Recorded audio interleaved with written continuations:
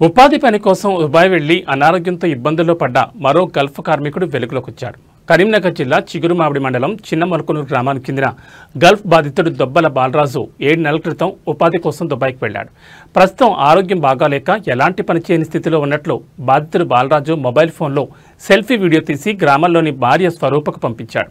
ఆరోగ్యం బాగాలేక ఇండియాకు వెళ్తానంటే పంపించకుండా పాస్పోర్ట్ సామగ్రి తీసుకుని యాజమాన్యం ఇబ్బంది పెడుతున్నట్లు వీడియోలో వెల్లడించాడు. వీడియో చూసిన భార్య కుటుంబ సభ్యులు కన్నీరు మున్నీరుగా విలపిస్తున్నారు. తన భర్తను ఇండియాకు వచ్చేటట్టు చేయాలని ముఖ్యమంత్రి రేవంత్ రెడ్డి, మంత్రి పొన్నం ప్రభాకర్ను వేడుకుంటున్నారు. ఒంట్లో మంచిగా లేదు, ముక్క తొమ్మిది, చిన్న ఉబ్బింది, అన్నం అరుగుతలేదు, ఏం అరుగుతలేదు, మొత్తం ప్రాబ్లం ఉన్నది.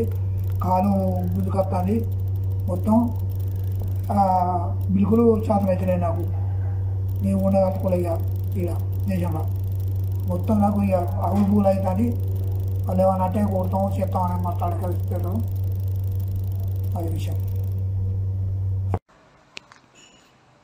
నా భర్త ఉపాధి నిమిత్తం దుబాయ్ వెళ్ళు బాకీల పాలైన ఆయనకు ఆరోగ్యం మంచిగా ఉంటలేదు. 7 నెలలు అయిపోయి నేను ఇండియాకు పోతా అంటే తోలుతలేరు. పంచాను నా భర్తను రప్పిండ్రు జరా, నా భర్తను రప్పిండ్రు. భర్తను కాలు మొక్కుతాయ్యా, నా భర్త మా ఇంటికి వచ్చేటట్టు చేయండి. పంచాను అయ్యా, కాలు మొక్కుతా పంచాను.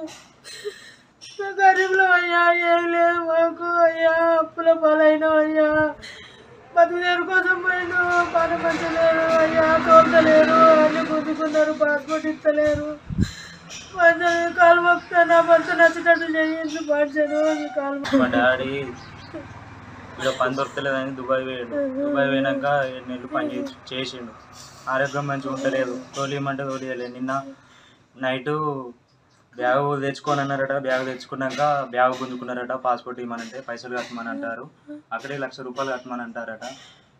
ఇట్లా దయచేసి మా డాడీని ఇండియాకి రాపోయాని మీకు దండం పెడతాం, కాలు మొక్కుతాం జర ప్లీజ్. మా డాడీ కావాలి. మా డాడీని ఇక్కడికి వచ్చినాక ఎట్టునన్ను అట్లా ఉంచుకుంటాం. కానీ